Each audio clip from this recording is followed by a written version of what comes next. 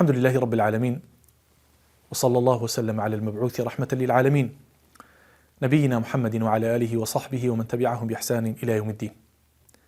هر كمانجي رمضان أهات بيغمري خو عليه الصلاة والسلام أم مجدي بصحابة كان يدا أي فرمو قد جاءكم شهر رمضان أو مانجي رمضان هات شهر مبارك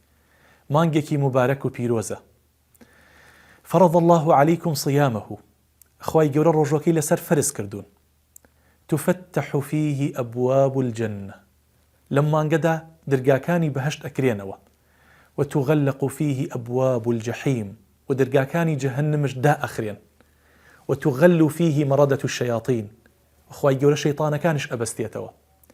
فيه ليلة هي خير من 1000 شهر لما انقدا شويكي تيايا باشتر لهزار مانك من حرم خيرها فقد حرم هر كسيك بيه باش بيت لخير بركتي أمانقا لخير بركتي أو شوا فقد حرم أو محروم بوا لزور شت محروم بوا لخير بركتي أمانقا محروم بوا للي خوشبوني خواي پروردگار يكم شي مانقي رمضان خواي پروردگار ملائكيكي راس باردوا ينادي منادي من السماء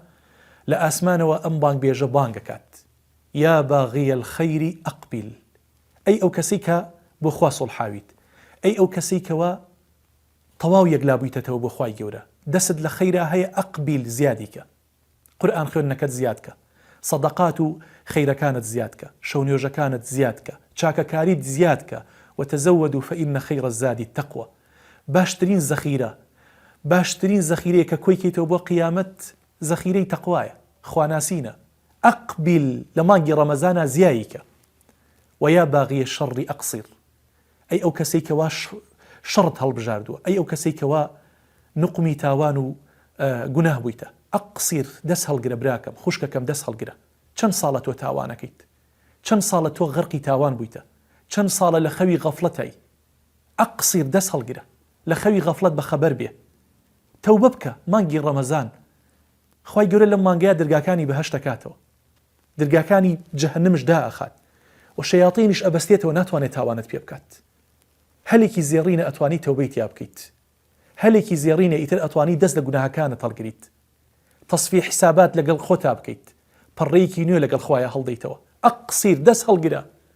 ولله عتقاء من النار وذلك كل ليلة لهمو شويكي مانجي رمضانا كومالي عبدي خوا قردنيان لآقري جهنم رزقار أبيت كن من هؤلاء يكي بلو كساني با قردن لآقري جهنم رزقار بيت والله مردن لهمو مانو نزيكا ونحن أقرب إليه من حبل الوريد لشادماري ملمان لما نزيك ترى هاكا مرديت بيانينا دو بياني صالكينا ترنا دا صالي ترنا پنجا صالي تر والله ستموت أمري عزيزكم وخواي پروردگار سيكلمك ربك دون ترجمان قصد لقلاءك أتذكر عبدي أتذكر ذنب كذا وكذا عبدكم بيردي فلان الروش فلانكات قناهت أكرت